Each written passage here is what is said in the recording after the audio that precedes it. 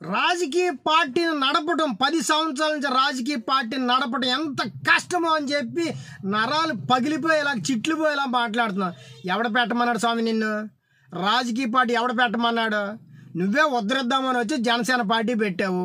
దానికి కుర్రోళ్ళు ఉర్రేతలు ఊగిపోయి నాలాంటి వాళ్ళు కూడా వచ్చి నీకు సపోర్ట్ చేయడం మొదలుపెట్టారు. కానీ నువ్వేం చేసావు? జనాల సమస్యలు పరిష్కరించాలా? జనాలతో ఎప్పుడు మమేకం అవ్వాలా? జనాల్ని వాళ్ళ కష్టాలు ఏమున్నాయి ఎప్పుడు ఏ రోజు తెలుసుకోవాలా? ఒక లారీ మీద వస్తావో ఏదో స్పీచ్ ఇస్తావు పోతావు. మరి నువ్వు ఎట్లా 10 సంవత్సరాల పార్టీ పెట్టి ఒక్క ఎమ్మెల్యేని గెలిపించుకుని ఆ ఎమ్మెల్యే కూడా నీ దగ్గర లేకుండా చేసుకున్నావంటే నువ్వెంత అసమర్థుడివి అర్థం అవట్లా నీకన్నా? ఆనాటి ఎన్టీఆర్ గారు పార్టీ పెట్టిన 9 నెలల్లోనే అధికారం చేపట్టి ఆంధ్ర రాష్ట్రాన్ని ఏలేరు ఆయన.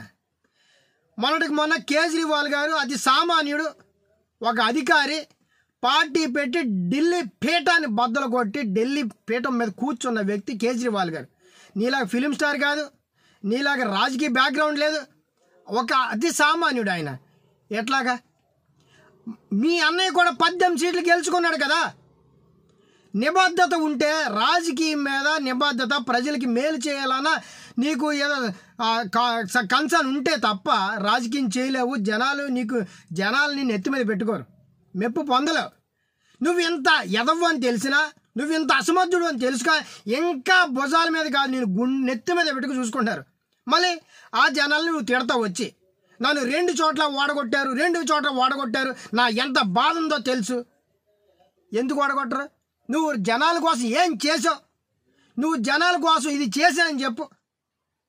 ఏమీ చేయవు, పౌడర్ వేసుకుని వచ్చి ఊగిపోతూ మాట్లాడుతూ మళ్ళీ నిన్ను నెత్తి మీద పెట్టుకున్నావు తిడతావు. నువ్వు నిన్ను ఎవడో ప్రశ్నించకూడదు, ప్రశ్నిస్తే వైఎస్ఆర్సీపీ కోవట్లు అంటావు నువ్వు. ఇది నీ పద్ధతి. నిన్నెవడాయా మోసేది? ఇంకా నిన్నెవడో అందలం ఎక్కించేది?